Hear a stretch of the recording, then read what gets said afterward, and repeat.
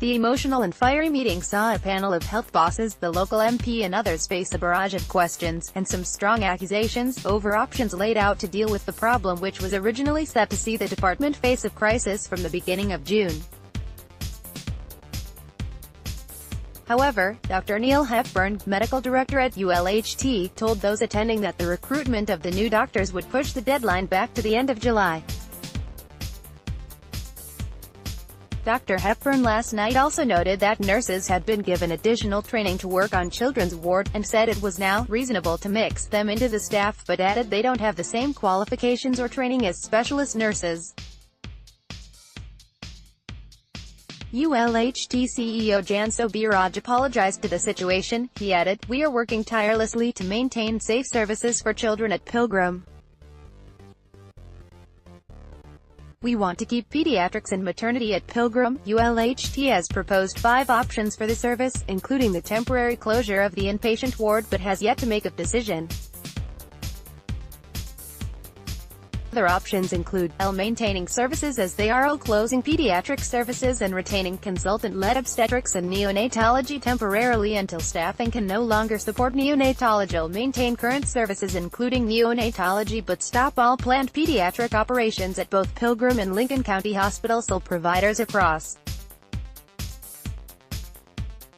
the region to cover neonatal services for Pilgrim maternity and neonatology from July 1. Last night, campaigners for SOS Pilgrim Hospital, counselors for both Boston Borough and Lincolnshire County Council and members of the public called for clearer answers about the hospital's long-term future.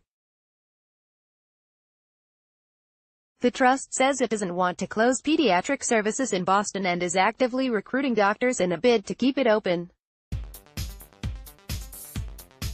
The introduction of a new medical school in Lincoln and a partnership with Lincoln University were hailed as a game-changer, but bosses admitted they had issues short and medium term.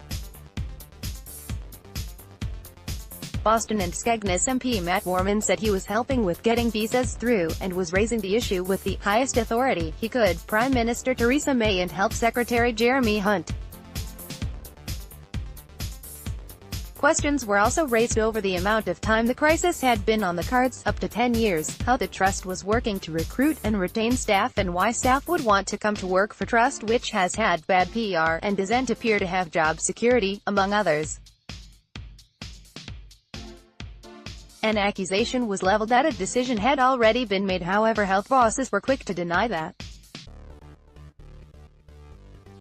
ULHT bosses also stressed that they had been listening to staff. Lincolnshire County Council leader Martin Hill summed up that key themes included need to retain.